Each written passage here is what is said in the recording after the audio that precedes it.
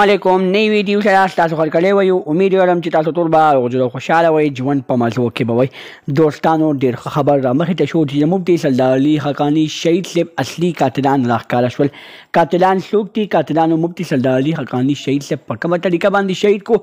اخر د مفتي صاحب څه ګناه وه ټول معلومات در سره په دې ویډیو کې شریکوم د دغه نورو ښایسته معلوماتو لپاره زمونږ خبر میډیا چینل سبسکرایب کړئ تر نشان اوس خامخا وښیئ چې زمونږ هر یوانۍ معلوماتي ویډیو تاسو ته په اسانۍ سره میلاویږي دوستانو دغه خبر را مخې ته شوی و زمونږ ټول مسلمانان ډېر زیات خفه شوي وو چې زمونږ نه یو خوږ مفتي عالم دین مفتي سردار علي حقاني شهید صاحب جدا شوی و په دغه ادم خیلو کې د هغه ګاډي څخه حادثه را مخې ته شوې وه چې په هغه حادثه کې مفتي صاحب شهید شوی و بیا مفتي صاحب پسې قسمه قسمه پراپیګنډې شروع شوې وې هغه پراپیګنډو کې څه پراپیګنډې دا وې چې د مفتي صاحب قاتلان څوک دي مفتي صاحب چا قتل کړی دی او بیا په هغه باندې قاتلانه حمله شوې ده دوستانو دا ټول دروغ دي په مفتي صاحب باندې نه قاتلانه حمله شوې ده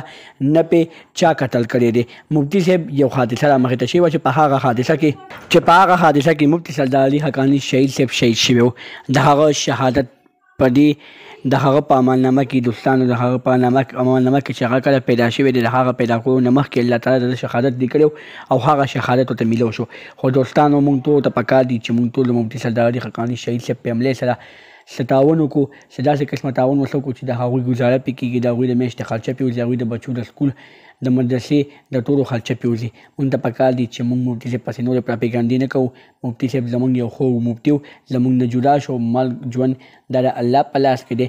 مرګ به په هر یو مسلمان باندې راځي په هر انسان باندې به راځي موږ ټولو ته پکار دي چې موږ ټول په هر وخت کې د مرګ دپاره خپل ځان تیار ساتو د دغه نورو ښایسته معلوماتو لپاره زموږ خبر میډیا چینل سبسکرایب کړئ تر نشان اوس خامخا وښیئ چې زموږ هر یوانۍ معلوماتي ویډیو تاسو ته په اسانۍ سره میلاویږي والسلام